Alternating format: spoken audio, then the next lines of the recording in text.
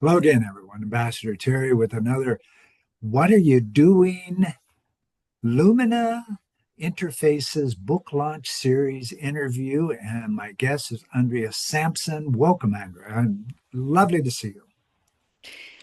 Well, thanks so much for having me, Ambassador Terry. It's great to be here. Well, it's going to be fun. Ladies and gentlemen, she's, she's doing some cool stuff with this book, let me tell you. So here comes the famous question. Andrea Sampson, what are you doing? So, the Lumina book has been just a labor of love, as you know, with Miriam and so many others. And, I was there even before the book was an idea. I've been working with Miriam on Holo Art since she just had an idea that this was something she wanted to do. And so what I helped her to do was to establish what is the core idea behind Holo Art. Why was it important? And how could she bring others into this vision, this big vision she had of establishing a new modern day renaissance, bringing together art and science so that the rest of us can start to understand what's really going on in our world. Lovely, lovely, lovely. Well, it's a huge book, 1,000 pages or so, not to mention 120 plus contributors, ladies and gentlemen. That's a lot of people. And the artwork, my God, wonderful artworks. Maybe you can expand on that, a little bit about hollow art and how it became the mainframe for this beautiful endeavor. Sure. So, I mean, the thing about Hollow Art, what it does is it brings together, as I said, art and science. So, what we have are scientists, some of who are artists, and artists, some of who are scientists.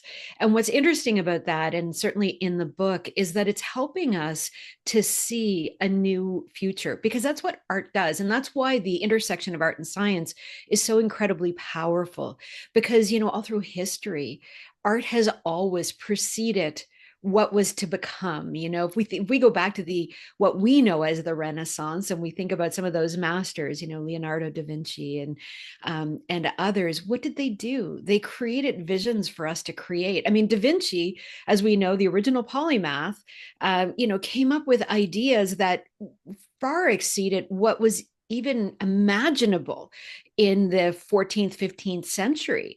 And yet today we're still being able to create the things that he conceptualized. Well, imagine from where we are today. What if Da Vinci lived today? What would he be imagining? And that's what this book is.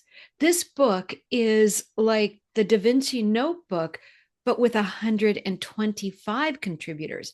So think of all those minds and what they are imagining, and they're creating the future for us to see and build.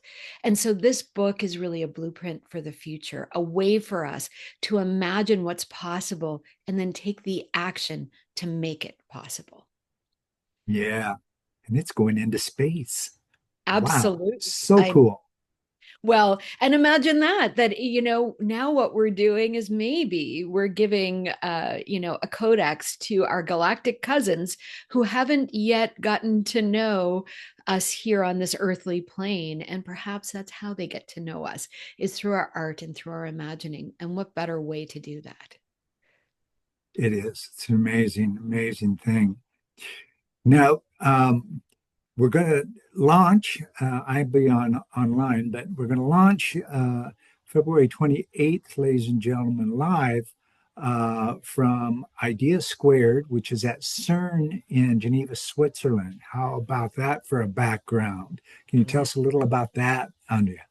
Yeah, so I mean, it's a powerful way to launch a book like this. I mean, CERN, where the super collider is, where we started to understand, how atoms come together, how protons, all of the, these microscopic things that we don't have access to, and really getting us into the world of quantum, which is of course where everything changes. Quantum physics is something that we're only now beginning to understand. And so I think Miriam's vision of launching this book at CERN, was really picking up on this possibilities, being able to bring together the top scientists in the world and have them talk about what they vision, how they're seeing it. I believe that one of the keynotes is from the World Economic Forum. Another one is from, or I think the MC is actually one of the lead scientists at CERN. I mean, this is going to be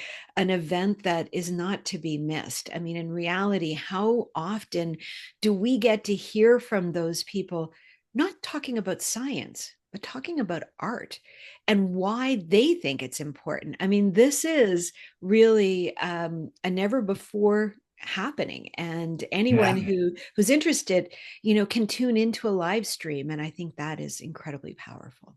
absolutely. Exciting, isn't it, ladies and gentlemen? Check us Absolutely. out here. Leave some comments. We'd love to hear from you. Bye for now.